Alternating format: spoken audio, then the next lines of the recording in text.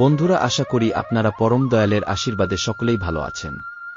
এই ভিডিওটির মাধ্যমে আপনাদের মাঝে যে বিষয়টি নিয়ে আলোচনা করব তা হল শ্রাবণ অমাবস্যায় পূর্বপুরুষদের আশীর্বাদ পেতে চান?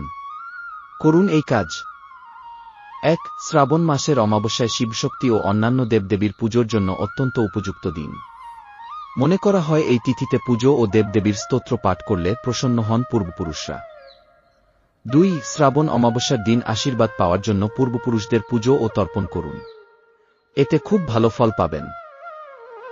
৩. শ্রাবণ অমাবস্যায় অশ্বত্থ গাছে দুধ অর্পণ করে ৭ বার প্রদক্ষিণ করুন।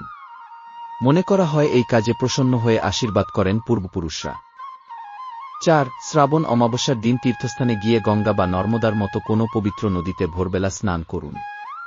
যদি তা সম্ভব না হয় তাহলে স্নানের জলে গঙ্গা জল মিশিয়ে নিন। দোষ থেকে মুক্তি পাবেন, অমৃতের প্রাপ্তি হবে। ৫. এই অমাবস্যা তিথিতে শিবলিঙ্গে বেলপাতা নিবেদন করা অত্যন্ত শুভ বলে মানা হয়। তারপর ১০৮ বার মহামৃত্যুঞ্জয় মন্ত্রের জপ করে জলাভিষেক করুন। এতে শিবশক্তির আশীর্বাদ পাওয়ার সঙ্গে সঙ্গে জীবনে সৌভাগ্য আসে। ৬. শ্রাবণ অমাবস্যায় অশ্বত্থ ও তুলসী গাছের পুজো অত্যন্ত শুভ বলে মনে করা হয়। ধর্মীয় বিশ্বাস, অশ্বত্থ গাছে ভগবান ব্রহ্মা, বিষ্ণু ও শিব বসবাস করেন। তাই এই গাছের পুজো করলে পূর্বপুরুষরা খুশি হন। ৭. শ্রাবণ অমাবস্যা হরিয়ালি ও সোমবতী অমাবস্যা হিসেবেও পরিচিত। এই তিথিতে দুধের মতো আটা, কাঁটাযুক্ত ও ফল উৎপাদনকারী গাছ লাগানো অশুভ বলে মনে করা হয়।